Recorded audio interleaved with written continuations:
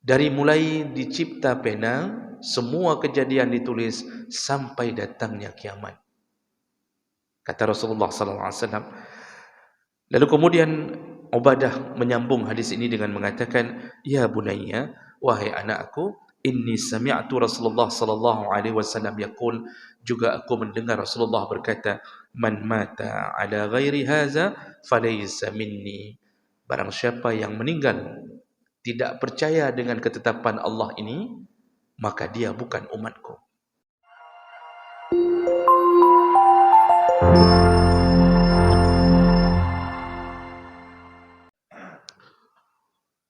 Alhamdulillahi rabbil alamin. Hamdan katsiran tayyiban mubarakan fihi. Asyhadu an la ilaha illallah wahdahu la syarika lah. Wa asyhadu anna Muhammadan 'abduhu wa rasuluhul karim.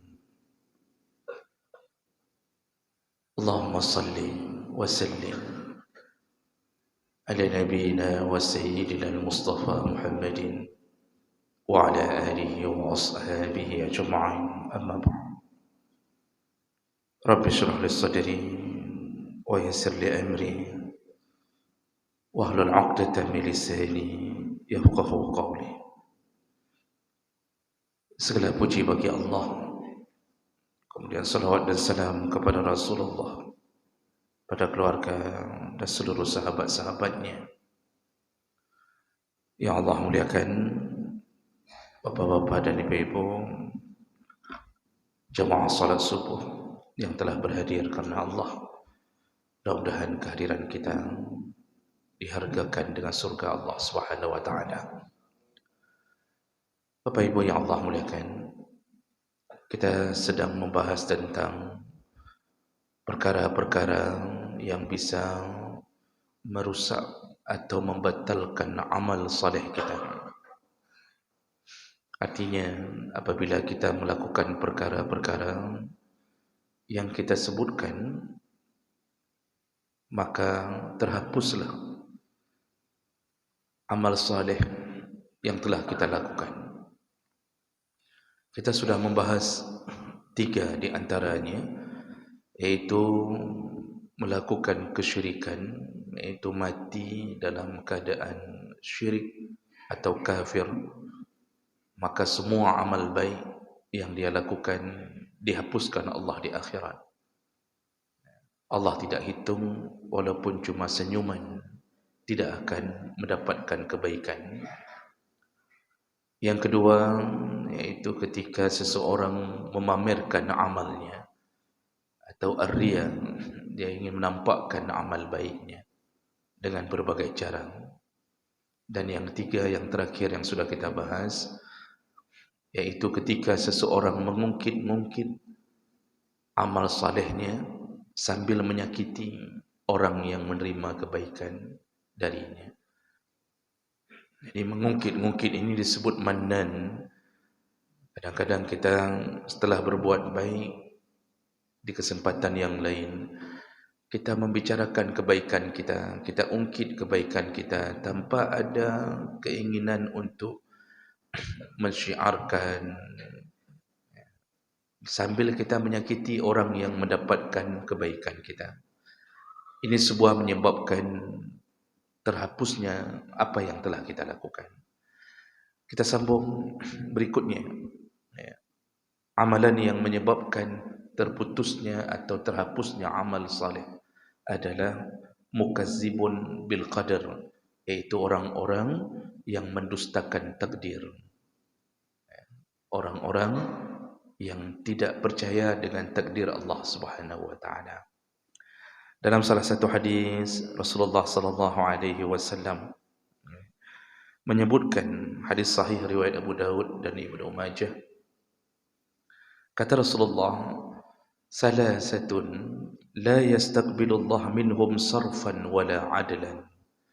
Ada 3 orang, kata Rasulullah, ada 3 kelompok orang yang Allah tidak akan menerima amalan mereka sarfan wala adlan, baik amalan itu wajib maupun yang sunnah.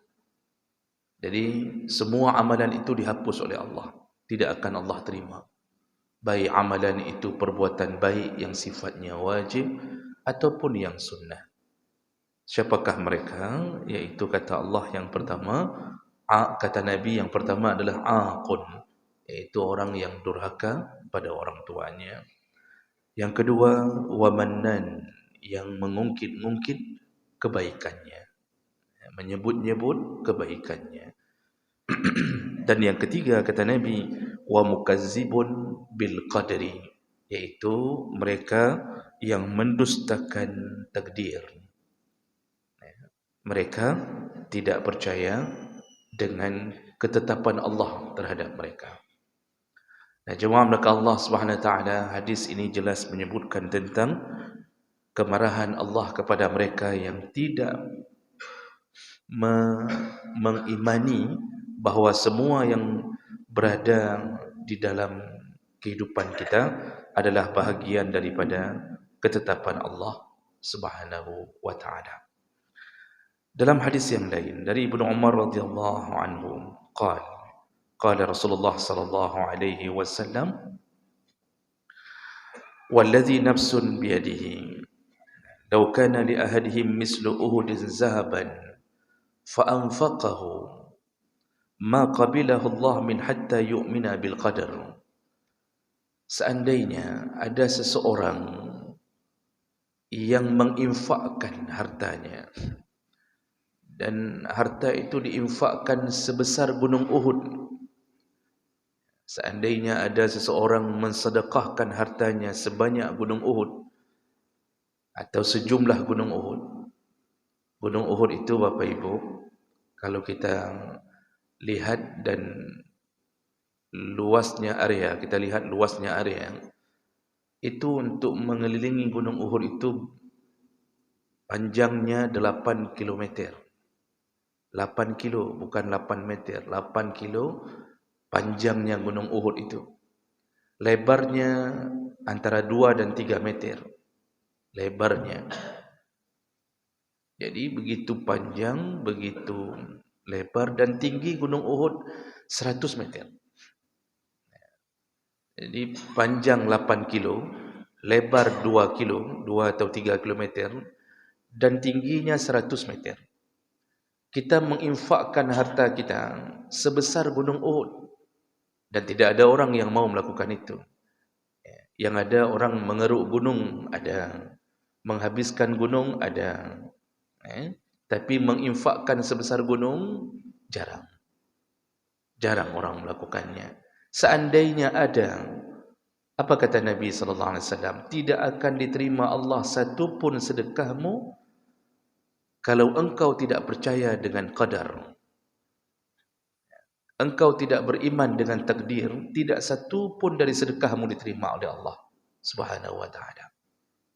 Nah, ini salah satu bahagian daripada iman. Dalam hadis Jibril alaihi salam, ketika Jibril bertanya ke Nabi tentang iman, ketika Nabi sedang duduk-duduk dengan sahabat, tiba-tiba datang seseorang memakai baju putih bersih, rambutnya hitam legam, wajahnya begitu berseri-seri. Dia datang langsung menempelkan lututnya di lutut Nabi. Para sahabat geram, tapi Nabi menahan mereka. Lalu orang ini bertanya, "Ya Rasulullah, akhbirni anil iman." Jadi pertanyaannya ada 3, tentang iman, tentang Islam, tentang iman, dan tentang ihsan. Salah satu pertanyaannya adalah al-iman. "Ya Rasulullah, kabarkan kepadaku tentang iman." Apa jawaban Nabi? Iman itu 6 perkara. Engkau masuk golongan orang beriman ketika engkau percaya pada 6 perkara. An tu'mina billah wa malaikatihi wa kutubihi wa rusulihi wal yawmal akhir wa tu'mina bil qadri khairihi wa syarrih. Kata Rasulullah, engkau percaya kepada Allah, malaikatnya, nabi-nabinya, kitab-kitab yang diturunkan melalui nabinya. Engkau percaya tentang datangnya kiamat. Dan yang keenam, engkau percaya bahawa Allah punya ketetapan, yaitu takdir, dan ketetapan itu ada yang baik, ada yang buruk. Ini rukun iman. Mengingkari takdir berarti keluar dari iman. 6 rukun iman, satu saja kita tidak percaya, maka berubah jadi kafir. Kita percaya 5, tidak percaya 1, kafir. Maka jemaah maka Allah Subhanahu wa taala, pembicaraan masalah mengingkari takdir ini adalah pembicaraan yang panjang. Ya. Ini urusannya urusan panjang karena dia asal usul daripada takdir ini perlu difahami dengan begitu mendalam supaya orang tidak terjatuh ke dalam kesesatan. Ada satu hadis yang mungkin sedikit bisa membuka lorong kita menuju kepada takdir, dari Ubadah bin Samit radhiyallahu anhu. Beliau menasihati anaknya dan kalimat-kalimatnya tentu adalah kalimat-kalimat Nabi sallallahu alaihi wasallam. Kata Ubadah bin Samit, "Ya bunayya, wahai anakku," kata Ubadah, "innaka lan tajida ta'mal iman hatta ta'lam anna ma asabaka lam yakun liyukhti'aka." Kata Ubadah, "Anakku, engkau tidak akan bisa merasakan kemanisannya iman, keindahannya iman, sampai engkau yakin bahawa apa yang Allah tetapkan kepadamu tidak akan pernah bergeser darimu. Wa ma akhta'aka lam yakun liyusibak." Dan apa yang Allah hindarkan darimu tidak akan pernah jatuh kepadamu. Sami'tu Rasulullah sallallahu alaihi wasallam yaqul. Lalu Ubadah mengatakan, aku pernah mendengar Rasulullah berkata, "Inna awwala ma khalaqallahu al-qalam." Yang pertama sekali Allah ciptakan dari makhluknya adalah al-qalam. Jadi sebelum dicipta langit dan bumi, sebelum dicipta apapun, yang pertama sekali dicipta oleh Allah dari makhluknya adalah al-qalam, yaitu pena. Faqala lahu, lalu Rasulullah mengatakan, setelah Allah ciptakan pena, Allah berkata kepada qalam, "Uktub," tulislah, kata Allah. Qal, "Rabbi, wa maza aktub?" Kata pena, "Ya Tuhanku, apa yang harus kutulis?"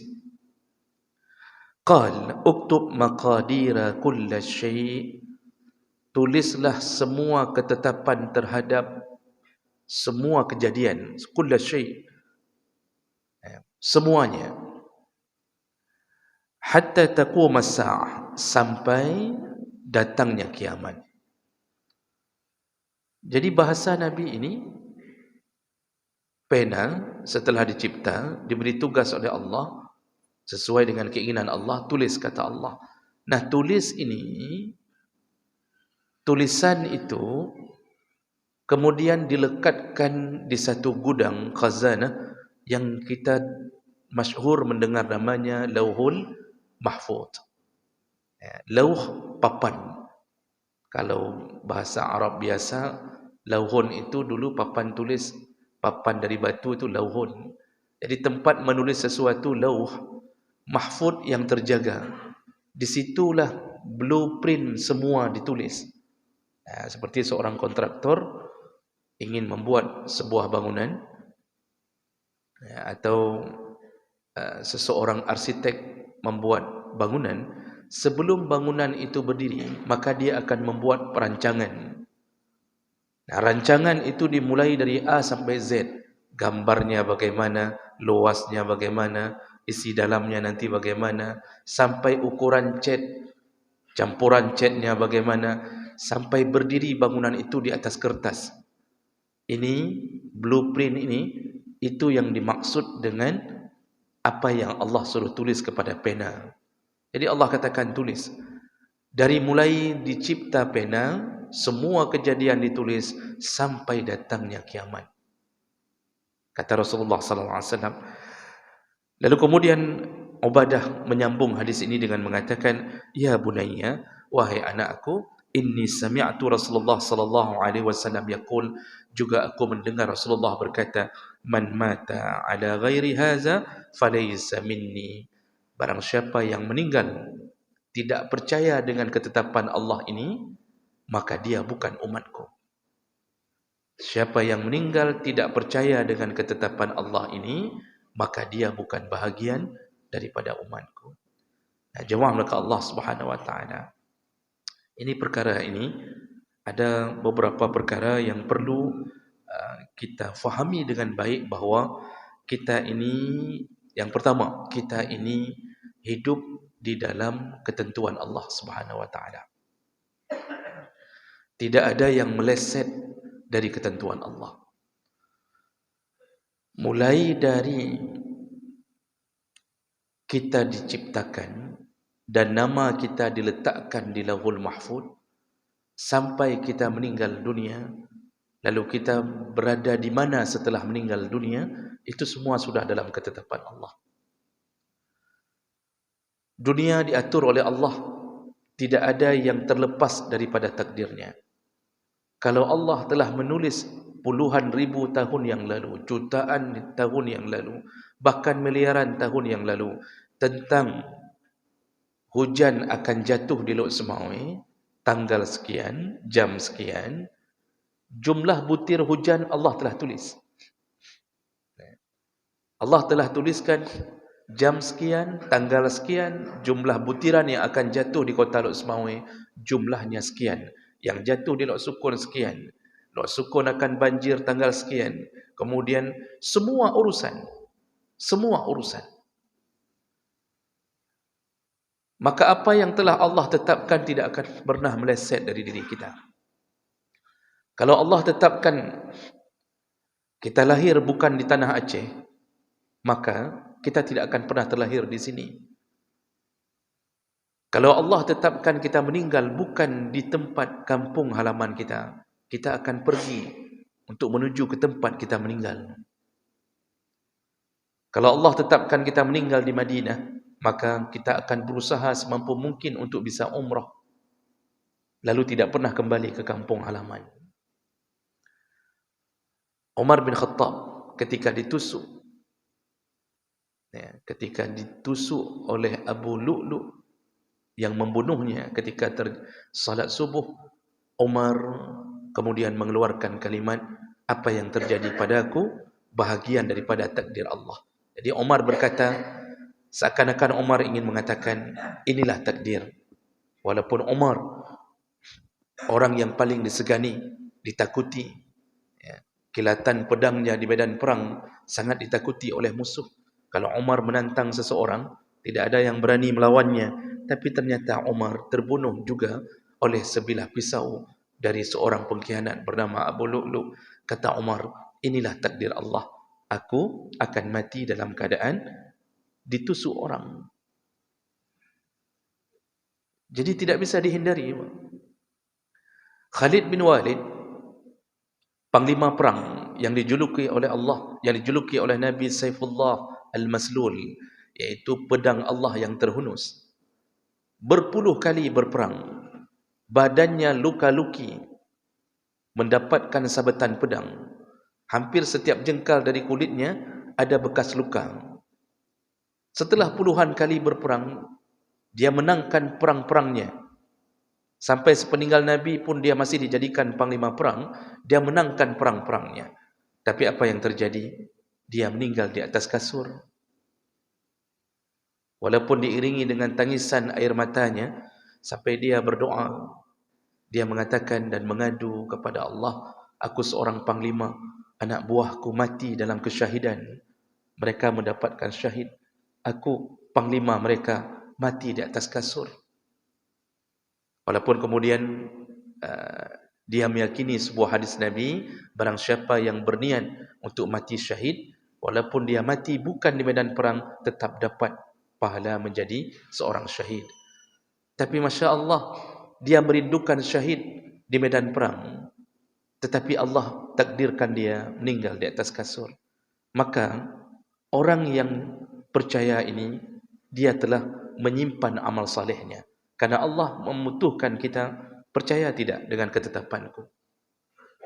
Kalau Allah menghindarkan sesuatu dari kita, tidak akan sampai pada kita. Tidak akan sampai. Walaupun semua jin dan manusia berkumpul untuk mencoba membunuh kita, tidak akan terbunuh di tangan mereka. Tidak akan. Kita telah melewati masa-masa konflik. Banyak sudah pengalaman orang ditangkap, disiksa, ternyata sampai hari ini masih hidup. Ada yang tidak menduga-duga, ternyata meninggal begitu saja. Jawab mereka Allah Subhanahu Wa Taala.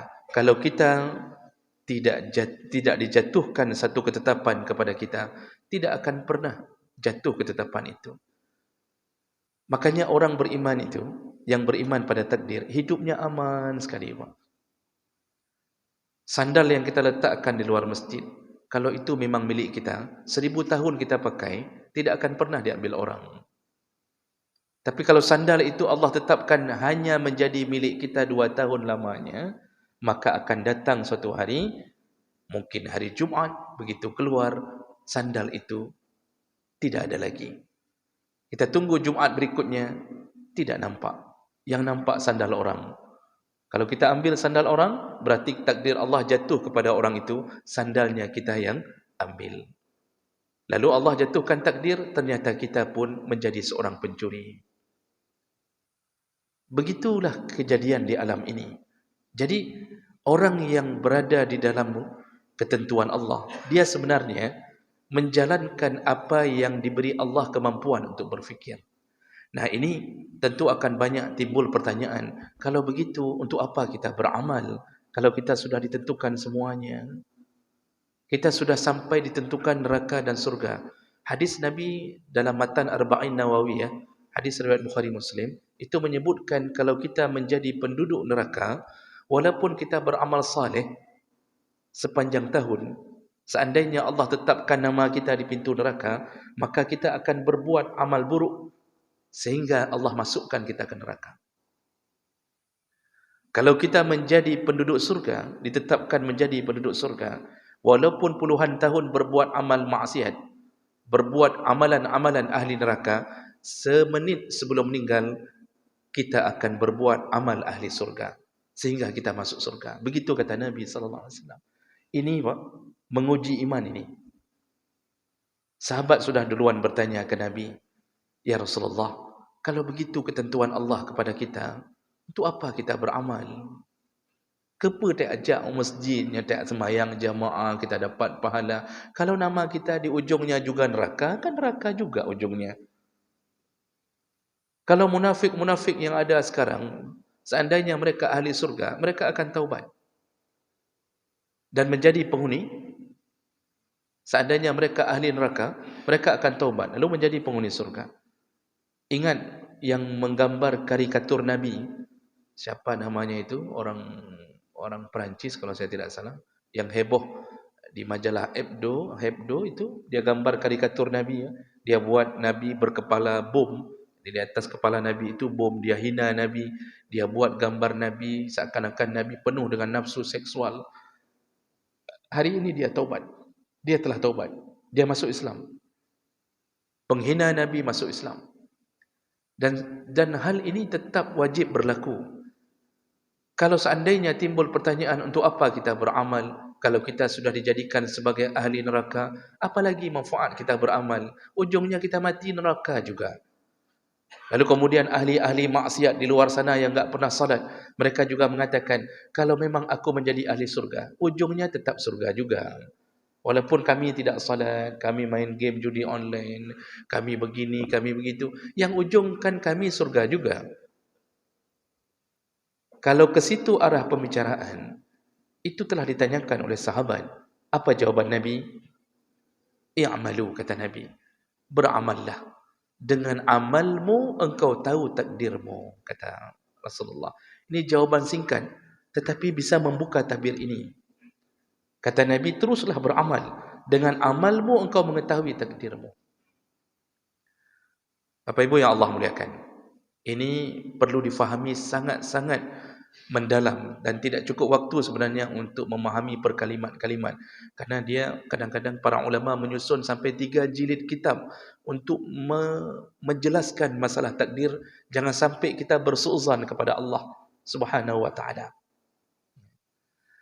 Yang pertama yang harus dipahami, ketetapan Allah itu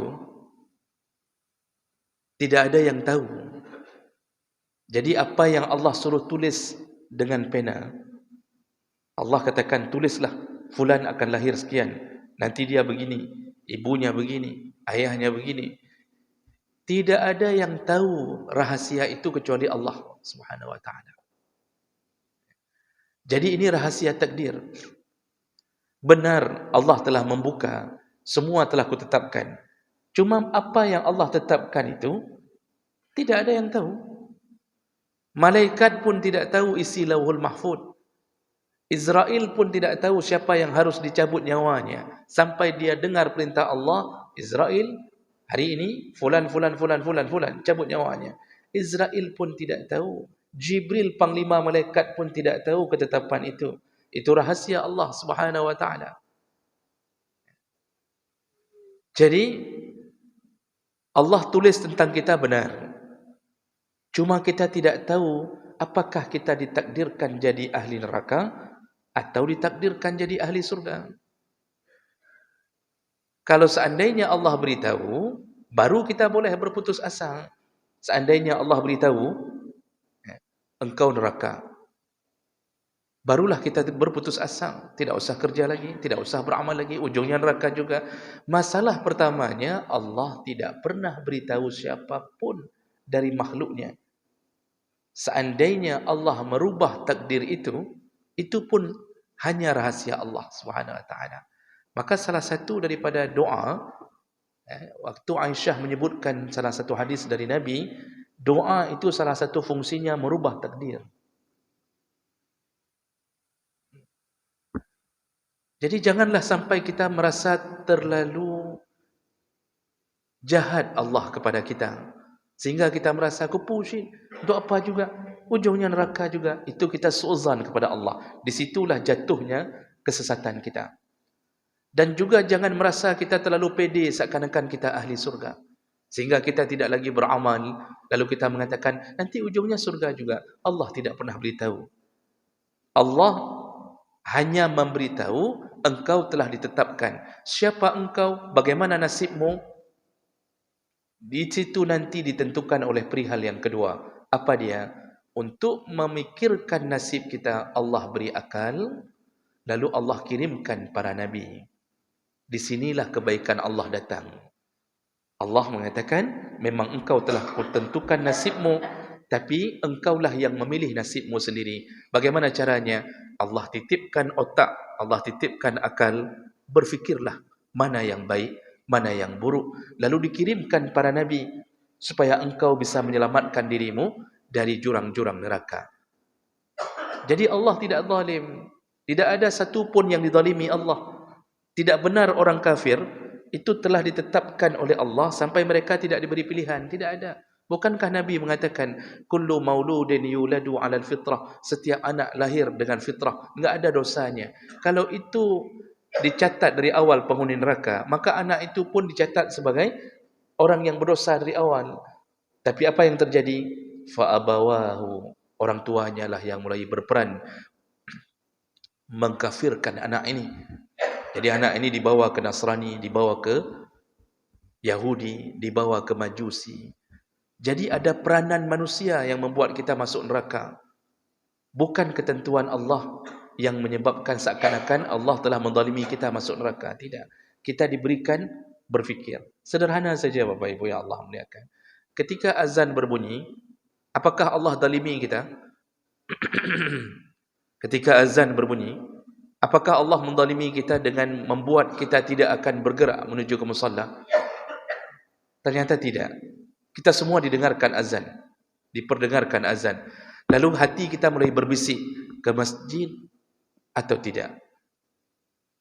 Bagi yang masjid 27 derajat, yang salat sendiri 1 derajat. Orang yang tidak salat, mereka akan berfikir azan berbunyi, sembahyang atau tidak, salat atau tidak. Semua pilihan itu apakah Allah yang tetapkan? Tidak perlu sembahyang, ikah kanurung sembahyang. Tidak, Allah tidak tetapkan ke situ. Allah tetapkan otaknya, akalnya, hatinya untuk berfikir. Kalau bunyi azan, mau selamat, datanglah, salatlah. Maka Nabi mengatakan, beramallah. Dengan amalmu, engkau tahu nasibmu, engkau tahu takdirmu.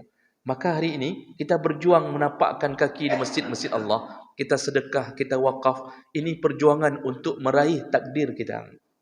Dan yang terakhir jemaah melakukan Allah, takdir tidak ada yang tahu ketetapannya sampai terjadi lebih dahulu. Kan kita enggak tahu. Ada BMKG yang meramal hujan, meramal gempa. Kapan ketahuannya bahwa benar-benar hujan dan gempa? Setelah terjadi. Sebelum itu hanya ramalan, banyak ramalan yang salah. Begitulah keadaan kita. Jadi jangan kita mengira bahwa kita mengetahui takdir sebelum terjadi. Tidak. Kita kan baru tahu takdir ternyata hujan tadi malam. Setelah terjadi tadi malam baru kita katakan bahwa ternyata hujan berkelam. Takdir jatuh setelah jatuh takdir itu baru kita mengetahuinya. Maka kita ini diberi kesempatan untuk membuat nasib kita sendiri selamat atau tidak. Jadi jangan suuzan pada Allah Subhanahu wa taala. Namun sekali lagi jangan putus asa ketika Allah beri musibah. Musibah itu datang atas ketentuan Allah, tidak akan meleset. Anak kita meninggal, istri kita meninggal, kita bercerai di tahun sekian, semuanya bahagian dari ketentuan Allah. Menjadi orang yang berbuat baik, ketentuan Allah. Melakukan keburukan, juga ketentuan Allah. Namun, kita diajak oleh Allah berfikir mana yang baik, mana yang buruk. Tidak akan terjadi perzinaan kecuali karena izin Allah. Yang pada depan. Tidak akan terjadi perzinaan, tidak akan terjadi perjudian, tidak akan terjadi semua maksiat kecuali dengan izin Allah. Dan itu telah ditetapkan oleh Allah. Siapa pelakunya?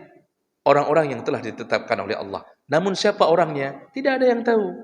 Jadi bagaimana ceritanya? Kok bisa kita pula yang jadikan orang yang melakukan maksiat? Kita menjerumuskan diri kita sendiri ke dalam maksiat itu. Makanya tetaplah beriman kepada takdir. InsyaAllah hati aman menerima semua ketentuan Allah Subhanahu wa taala. Mudah-mudahan ini bermanfaat untuk menjaga iman kita demi mendapatkan surga Allah Subhanahu wa taala. Subhanakallahumma bihamdik asyhadu an la ilaha illa anta astaghfiruka wa atubu ilaik. Wassalamu alaikum warahmatullahi wabarakatuh.